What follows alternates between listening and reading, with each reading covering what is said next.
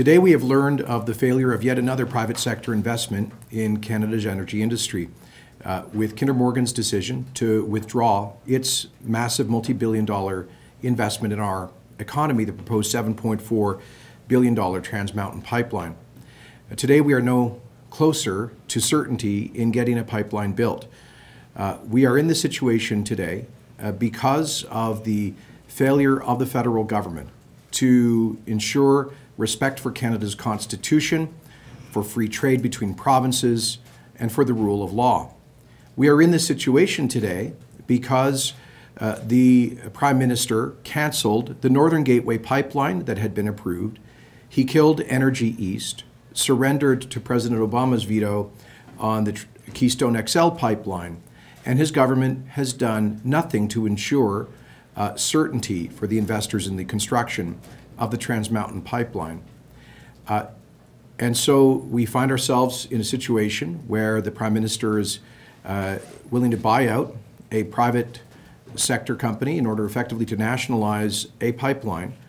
But this does not get us any closer to the certainty that we need that Alberta oil will get to global markets so that we can get a fair price for our major export product. So I join, I think, the majority of Albertans in regretting that we've been put in this situation. We've been rendered so vulnerable by bad decisions by this federal government, supported every step of the way by Alberta's NDP.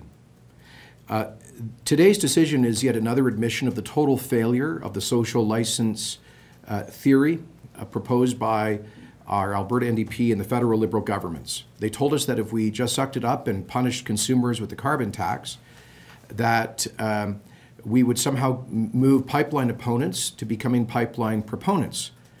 But not a single political party, municipal government, provincial government, First Nation, activist, environmental organization has moved from no to yes on pipelines as a result of the carbon tax or as a result of today's decision.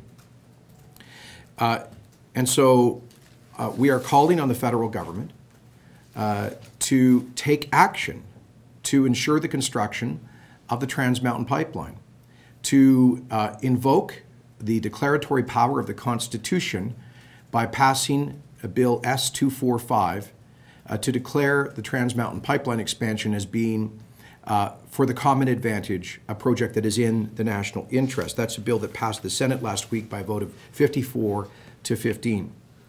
We're further calling on the federal government to introduce the legislation it promised over a month ago to assert federal primacy over the regulation of this pipeline.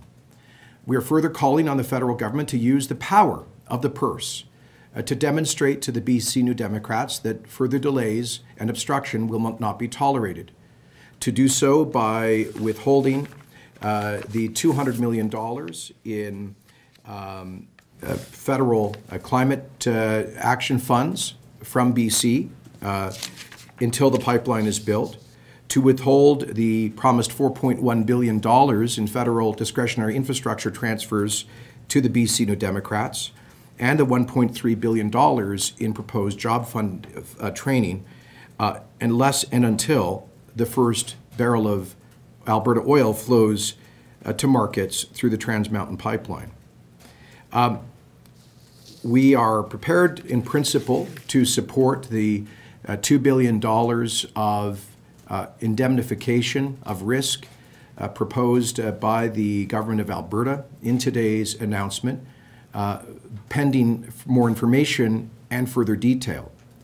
We will discharge our obligation as the official opposition to demand full transparency and accountability on how that or any other tax dollars are spent or risked by the Alberta government.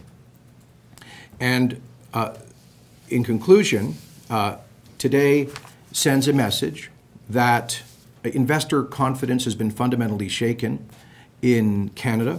We've seen the departure of over $35 billion of foreign capital from Alberta's oil and gas sector in the last 2 years alone. Today, a further departure of $4.5 billion of capital. This the fact that we've come to this end of a huge taxpayer bailout of this project is a regrettable situation. We will continue to do everything that we can as official opposition to support the construction of a coastal pipeline, as I said, including conditional support of the $2 billion of proposed Alberta indemnification.